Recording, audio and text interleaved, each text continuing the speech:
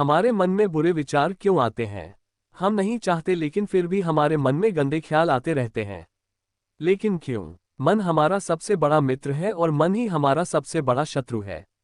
जब हम अपने मन के अनुसार चलते हैं तो मन हमें भटका देता है, और जब हम मन को संतुलित कर लेते हैं तो हमें जीवन में सब कुछ मिल जाता है। हम अपने मन में आने वाले गंदे विचारों को रोकने की कोशिश करते हैं, लेकिन जितना हम रोकते हैं उतने ही अधिक ये विचार हमारे अंदर प्रवेश करते हैं।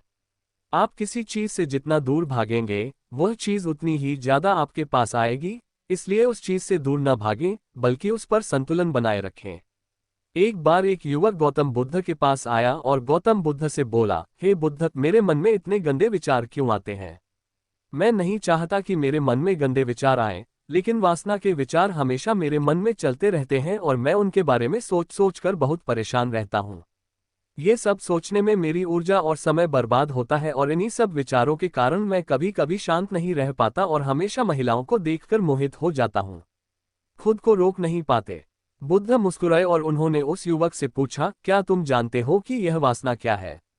तब लड़के ने जवाब दिया और कहा, बुद्ध, मुझे नहीं पता वासना क्या है, लेकिन हाँ, जो भी है ये बहुत बुरी बात है। तब बुद्ध ने उस युवक से कहा, सबसे पहले तुम्हें ये समझना होगा कि जो कुछ भी हमारे अंदर स्वाभाविक रूप से है वह बुरा नहीं है। इसकी हमारे जीवन में किसी न किसी रूप में आवश्यकता पड़ती है। वासना कोई बुरी चीज नहीं है।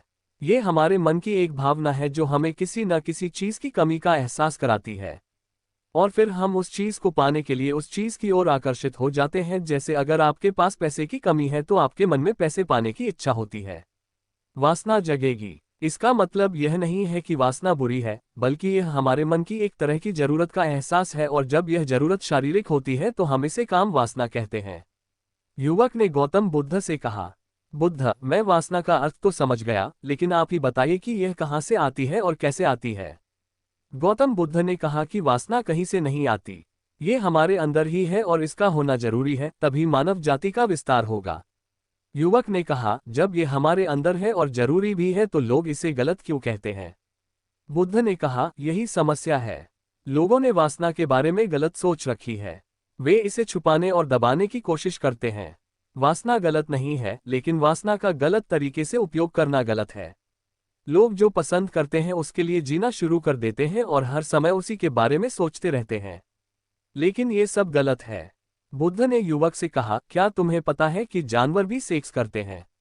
युवक ने उत्तर दिया, हाँ बुद्ध, जानवरों में भी वासना होती है, क्योंकि जानवर भी अपनी पीढ़ी को आगे ले जाएंगे। बुद्ध ने कहा, तो फिर हम जानवरों की वासना को गलत क्यों नहीं कहते? युवक ने कहा, मैं नहीं जानता महात्मा, आप ही बताएं। गौतम बुद्ध ने कहा था कि जानवर अपनी वासना का उपयोग सुख के लिए नहीं करते, वे अपनी वासना का उपयोग केवल संतान प्राप्ति के लिए करते हैं। प्रकृति ने जानवरों को इतनी समझ नहीं दी है कि वे वासना को अपनी खुशी का आधार बना सकें, जबकि मनुष्य अपनी समझ के आधार पर प्रकृति में पाई जाने वाली हर चीज का उपयोग अपनी खुशी के लिए करता है। हम इंसानों ने काम और वासना को अपनी खुशी का जरिया बना लिया है, जबकि प्रकृति ने हमें अपने वंश को आगे बढ़ाने के लिए दिया है, लेकिन मनुष्य ने इसे अपने जीवन का अंतिम लक्ष्य बना लिया है, और वासना को बेलगाम होने देना गलत है। हम हावी क्यों हैं? ये बेलगाम क्यों हो जाता है? तब गौतम बुद्ध ने कहा, अब जो मैं तुम्हें बताऊंगा उसे सुनो, ध्यान से सुनो, तुम्हें वासना का पूरा खेल समझ में आ जाएगा। तुम्हें तुम्हारे सभी सवालों के जवाब मिल जाएंगे, तुम्हें बस ध्यान से सुनकर समझना होगा। तब गौतम बुद्ध ने उस युवक से कहा, एक समय की बात है। गुरु और उनके शिष्य एक आश्रम में रहते थे। शिष्य प्रतिदिन दीक्षा लेने के लिए आश्रम से बाहर गांव में जाते थे। जो शिष्य भिक्षा लेने के लिए गांव में जाता था, रास्ते में एक नदी पड़ती थी, जिससे होकर वह प्रतिदिन भिक्षा लेने के लिए जाता था। एक दिन उसने एक लड़के को पेड़ के पीछे छुपे हुए देखा। वह लड़के के पास गया और पूछा, भाई, तुम इस पेड़ के पीछे छिपकर क्या देख रहे हो? लड़के ने कहा, अरे, क्या तुम्हें वह नहीं दिख रहा जो मैं देख रहा हूं? उसकी नजर नदी पर पड़ी तो वहां कुछ लड़कियां पानी भर रही थीं। लड़कियां 14-15 साल की होंगी। तब शिष्य ने लड़के से कहा, अरे भाई, वहां तो लड़कियां पानी भर रही हैं, इसमें छिपने की क्या बात है?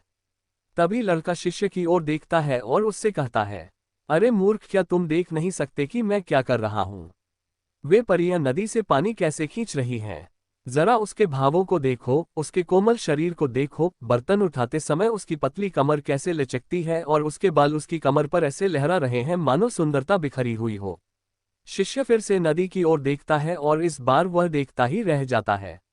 अब तक उसे कुछ भी दिखाई नहीं दे रहा था और वह बिल्कुल निडर था। उसे किसी बात का डर नहीं था, लेकिन अब वह छिपने लगा और उन लड़कियों को ऐसे देखने लगा जैसे उसने कोई अपराध किया हो, और जब वह छिपकर उन लड़कियों को देख रहा था तो वह अंदर से कांपने लगा। और उसने कहा कि यह मैं हूं।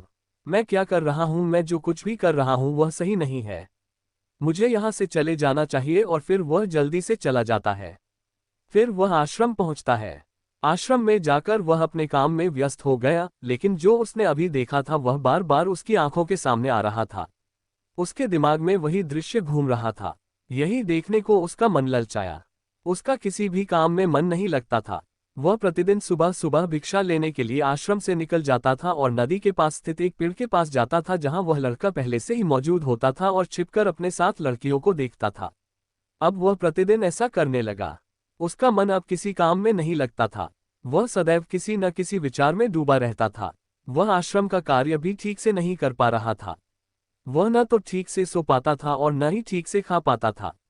उसका मन बेचैन था। उसका मन बार बार उन लड़कियों की खूबसूरती देखने को ललचाता था। जब गुरु भिक्षा दे रहे थे तब भी उनका मन किन्हीं अन्य विचारों में खोया हुआ था।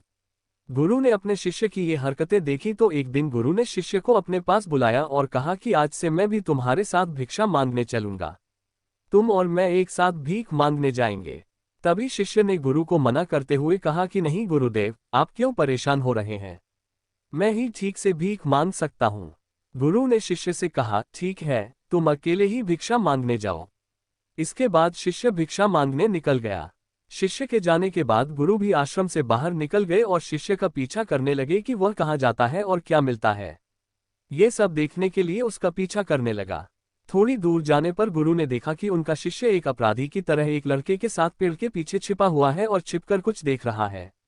गुरु भी अपने शिष्य के पीछे ये देखने के लिए खड़े हो गए कि उनका शिष्य क्या देख रहा है, जिसके लिए वह अपराधियों की तरह पेड़ के पीछे छिपा हुआ है। गुरु ने देखा कि उनका शिष्य पेड़ के पीछे छिपकर उन लड़कियों को देख रहा है जो नदी से पानी ले रही थीं। तब गुरु ने शिष्य से कहा, लड़कियों से भी मांगोगे क्या? गुरु की आवाज सुनकर शिष्य का मन घबरा गया और उसे पसीना आने लगा।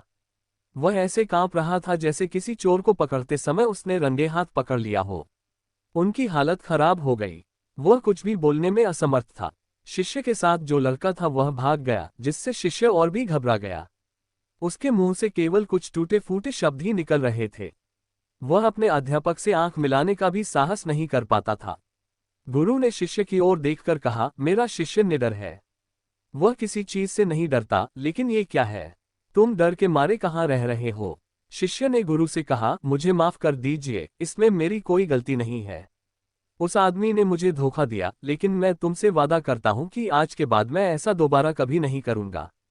क्षमा चाहता हूं। गुरुदेव ने कहा कि कोई बात नहीं, लेकिन तुम्हें ये ध्यान रखना चाहिए कि हम जैसी संगति करते हैं हमें वैसा ही फल मिलता है। जैसे जैसे हम संगति करते हैं उनके विचार हम में प्रवेश करते हैं, इसलिए अच्छी संगति रखें ताकि अच्छे विचार आप में प्रवेश करें। फिर गुरु और शिष्य आश्रम लौट आए और फिर से आश्रम के काम पर ध्यान देने लगे। वह उस रास्ते को छोड़कर दूसरे रास्ते से जाने लगा। वह अपना कार्य सावधानी से करता था, लेकिन धीरे धीरे उसके अंदर क्रोध उत्पन्न हो गया और फिर वह अन्य शिष्यों पर क्रोध करने लगा और बेचैन रहने लगा। अब वह ठीक समय पर भोजन भी नहीं करता था। वह खाना भी बहुत कम खाते थे। एक रात गुरु शिष्य के पास आए और उससे बोले कि तुमने मुझसे वादा किया था कि तुम अपने मन को वश में रखोगे। आपने अब तक कितनी बार अपना वादा तोड़ा है? ये सुनकर शिष्य अपने गुरु के चरणों में गिर पड़ा और रोने लगा।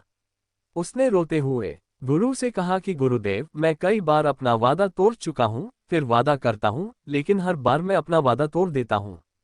ये बिल्कुल भी मेरे वश में नहीं है। मैं अपने मन से सभी बुरे विचारों को बाहर निकालने की बहुत कोशिश करता हूँ, लेकिन चाहकर भी मैं ऐसा नहीं कर पाता। तब गुरु ने शिष्य से कहा, मेरे साथ आओ। गुरु शिष्य को आश्रम के बगीचे में ले गए और शिष्य से कहा, देखो, यहाँ कुछ नाले हैं जिनसे होकर नदी का पानी इन पौधों में आ रहा है और यह पानी लगातार बह रहा है। क्या आप इस पानी का बहाव रोक सकते हैं? शिष्य ने कहा, हाँ गुरुदेव, मैं इस प्रवाह को रोक सकता हूँ। तब शिष्य ने मिट्टी उठाकर उस नाले के किनारे डाल दी। वह पानी थोड़ी देर के लिए रुका और फिर थोड़ी देर बाद उस रेत के ऊपर से पानी आने लगा। गुरु ने शिष्य से कहा, ये क्या है? ये पानी रुका ही नहीं। उसने फिर कुछ कंकड़ उठाए और नाली में फेंक दिए और फिर पानी थोड़ी देर के लिए रुक गया। लेकिन फिर कुछ देर बाद उन कंकड़ पत्थरों के ऊपर से पानी निकलने लगा। गुरु ने कहा, शिष्य क्या हुआ? पानी फिर आ गया है। आप कह रहे थे कि रोकेंगे। क्या हम किसी चीज को पूरी तरह से रोक सकते हैं? तब शिष्य ने कहा, कोई बात नहीं गुरुदेव, मैं इसे रोक दूंगा पानी और तुम्हें दिखाऊंगा। फिर वह एक बड़ा पत्थर लाया और नाली पर रख दिया। पानी रुक गया। तब शिष्य ने गुरु से कहा, देखिए गुरुदेव, मैंने कहा था कि मैं पानी रोकूंगा, मैंने पानी रोककर दिखाया, मैंने आपकी बात पूरी कर दी। गुरु मुस्कुराए और बोले, अच्छा, ध्यान से देखो, पानी रुक गया है। क्या ये पीछे नाली को तोड़कर बाहर आ गया है और अगल बगल से बह रहा है? और ध्यान से देखिए, यह इस पत्थर के सामने भी आ गया है और यह पानी अपना रास्ता बदलकर फिर से आगे की ओर बह जाएगा। फिर कुछ देर बाद वही हुआ। तब गुरु ने शिष्य को समझाया, आपके साथ भी ऐसा ही हो रहा है। आप बार बार प्रयास कर रहे हैं और अधिक प्रयास कर रहे हैं, लेकिन हर बार आपका प्रयास टूट रहा है और टूटता ही रहेगा। यह पत्थर तुम्हारा पुरुषार्थ है और यह जल तुम्हारा विचार है। चाहे आप कितना भी बड़ा पत्थर रख दो, पानी अपना रास्ता ढूंढ ही लेगा। ये देखकर शिष्य ने पूछा, हे गुरुदेव, क्या कोई रास्ता नहीं है जिससे मैं गंदे विचारों से बाहर निकल सकूं? गुरु ने कहा, एक रास्ता है। यह पानी जिस नदी से आ रहा है, आप केवल वहां से इस पानी का मार्ग बदल सकते हैं। गुरु शिष्य को एक नदी के पास ले गए जहां से पानी उस बगीचे में आ रहा था। गुरु ने शिष्य से कहा, इस नदी से पानी जा रहा है। जहां से बगीचे में पानी जा रहा है, अगर हम उसका रास्ता रोक दें तो क्या हम पानी नहीं रोक सकते? शिष्य ने उन्हें आशीर्वाद दिया कि आप स्वस्थ रहें ताकि मानसिकता सकारात्मक ऊर्जा से भर जाए। उसके चेहरे पर ऐसी मुस्कान आ गई मानो उसे कोई खोई हुई चीज वापस मिल गई हो। वह अपने रास्ते पर वापस जाने लगा। तभी पेड़ के पीछे छिपा लड़का पीछे से आया। वह शिष्य के पास आया और बोला कि क्या बात है, आज आपने करीब से देखा है, तुम तो मुझसे भी आगे निकल गए। तब शिष्य ने कहा, हम हमेशा दूसरों को देखने में लगे रहते हैं। किसी ऐसे व्यक्ति को बताएं जो आपको पसंद हो। अगर वह भी तुम्हें पसंद करती है तो शादी कर लो और उससे पहले तुम कुछ बन जाओ। अपने आप को पहचानें, इस तरह अपना समय बर्बाद न करें। फिर वह लड़का उस शिष्य से रोज मिलने लगा और उसने उस लड़के को नदी पर न जाने के लिए प्रेरित किया और फिर वह लड़का अपने जीवन में कुछ बनने के लिए संघर्ष करने लगा। तो देखा आपने संगति का असर क्या होता है। अपनी संगति बदलो, अपने विचार बदलो। गुरु ने शिष्य से पूछा, क्या तुम्हें तुम्हारे सभी प्रश्नों के उत्तर मिल गए? तब शिष्य ने कहा, हाँ महात्मा जी, धन्यवाद। तब गुरु ने शिष्य से कहा कि जब तुम्हारे मन में गंदे विचार आए तो खुद को दोषी मत मानना।